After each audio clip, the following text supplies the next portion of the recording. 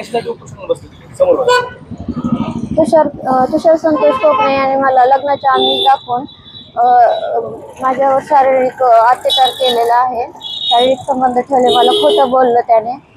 आणि धस साहेबांचं नातेवाईक म्हणूनच त्याने विश्वासात घेतलं. धस साहेबांचे नातेवाईक म्हणूनच त्याने नाही का माझ्यावर दबाव टाकला, राजकीय दबाव.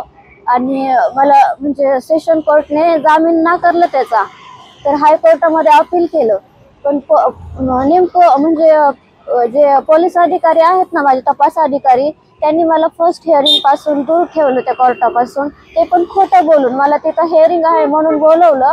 माझ्याकडून 1-2 कागदपत्रावर सह्या पण करून घेतल्या आणि नाही म्हणाले हिअरिंग नंतर असेल तेव्हा सांगल. मग सुरेश धसांचा दबावच दिसतोय ना डायरेक्टली. कारण धमक्या पण ह्या माणसांनी मला फक्त आम्ही धस आहे तर आम्ही धस साहेबांचे माणसं आहे तर धस साहेबांचे माणसं करून एवढ्या घाण शिव्या दिल्यात मला. रेकॉर्डिंग वगैरे सगळे मी त्या न्यूजवाल्यांकडे पाठवलेले आहेत. कुठलं कार्यकर्ते, काय नाव आहे त्याचं? नितीन कोकणे, विकास धस आणि तुषार कोकणे.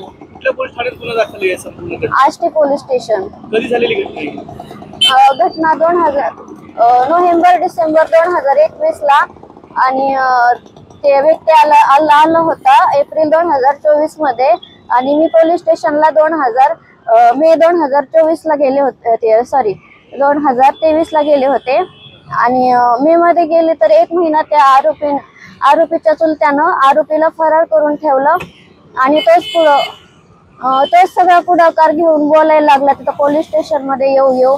आणि मला खूप दबाव टाकला त्यांनी. राजकीय लोकांना तिथं पोलीस स्टेशन मध्ये घेऊन येऊ लागला. पुन्हा त्याच्या नातेवाईकांना घेऊन आला. आता एक तर त्यांनी माझ्याशी लग्न करावं, नाहीतर मग त्याला योग्य ती कारवाई होऊन शिक्षा व्हावी.